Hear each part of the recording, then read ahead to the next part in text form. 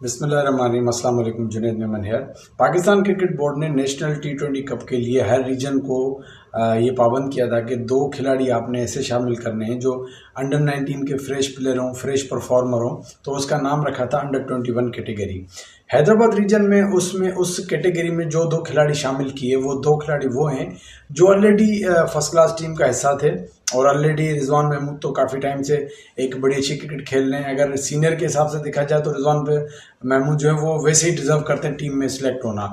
उबैदुल्ला रापोटो जो है वो भी मतलब कि रिसेंटली फर्स्ट क्लास खेलें, तो इस कैटेगरी में इन दोनों खिलाड़ियों का नाम बनता नहीं था। यहाँ पे अगर देखा जाए तो जो करंटली जो अंडर 19 क्रिकेट खेल के जो फ्रेश क्रिकेटर निकले हैं, तो यहाँ पे उनका हक बनता है और अगर वो परफॉर्मर हो तो उनका हक ज़्यादा बनता है। और अगर वो परफॉर्मेंस के साथ अभी रिसेंटली पाकिस्तान क्रिकेट बोर्ड के जो कैंप लगा था वो अटेंड करके आए, तो फिर तो वो ज़्यादा डिजर्व करते हैं। हमने देखा कि दूसरे रीजन्स ने इन कैटेगरीज में अगर 2 के लिए पाकिस्तान क्रिकेट बोर्ड में पाबंद किया कि भाई 2 प्लेयर आपने लाजमी लेने हैं, तो उन्होंने 4-4 प्लेयर लिए हैं। मतलब उन्होंने देखा कि यार हमारे प्लेयर अंडर यंग प्लेयर हैं, टैलेंटेड हैं, परफॉर्मर हैं और अभी भी रिसेंटली पाकिस्तान के जो कैंप जो है वो वहाँ से अटेंड करके आए, तो उनको शामिल किया गया। अनफॉर्चुनेटली हैदराबाद रीजन ने कोई भी खिलाड़ी जो करंटली जो परफॉर्मर थे या जो रीजन से फ्री हुए थे या जो पाकिस्तान क्रिकेट बोर्ड की तरफ से कैंप में थे,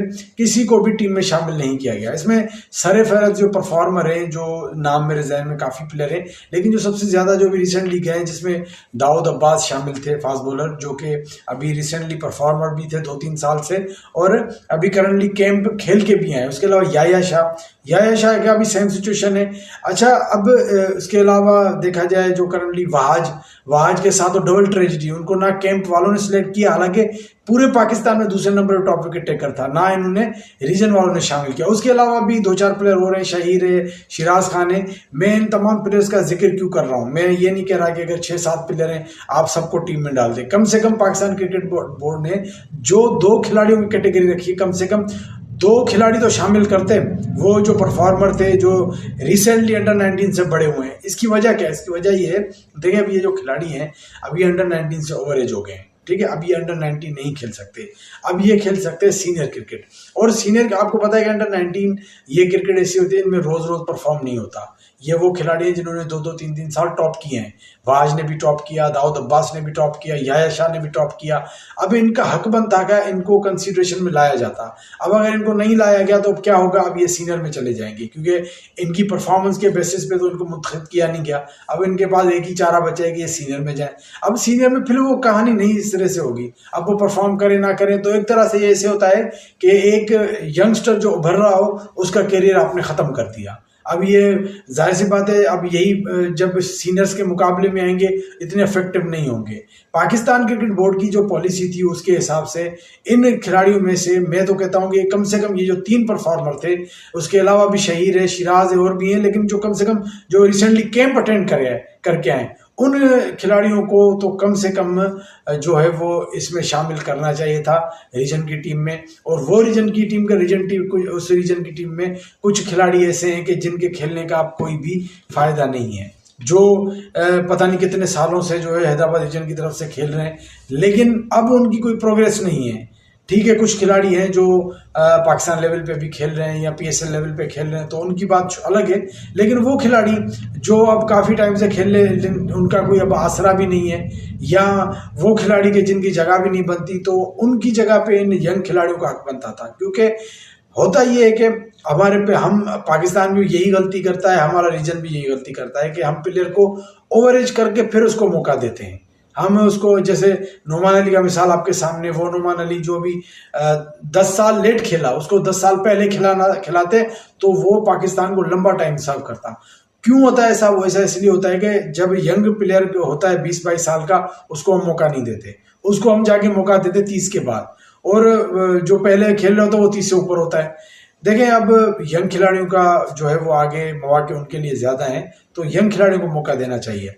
तो हैदराबाद रीजन ने जो 2 खिलाड़ी लिए उसमें जो दोनों खिलाड़ी थे वो एक तरह से मैं कहता हूँ कि एक तरह से एक पागल बनाया गया, एक तरह से फ्रॉड किया गया, क्योंकि ये खिलाड़ी तो ऑलरेडी वैसी टीम का हिस्सा है। ये आपने क्यों अंडर 21 कैटेगरी में डाले? अंडर 21 कैटेगरी में तो उन खिलाड़ियों को डालना था जो अंडर 19 के फ्रेश परफॉर्मर थे, कम से कम जो अभी कैंप खेल के आए थे उनको शामिल किया जाता। अब इन बच्चों का क्या कैरियर होगा मुझे नहीं पता। अब आपने डायरेक्ट इन बच्चों को आके जिस कैटेगरी का इनको फायदा मिलना था वो इनको नहीं मिला। अब वहाज नुमान अली, काशिफ भट्टी, साद खान से तो कम्पीट नहीं कर सकता एट द मोमेंट। अब वो दाऊद अब्बास, मोहम्मद हसनैन, जो मुस्तफा नासिर डायरेक्ट आके उनसे तो कम्पीट नहीं कर सकता।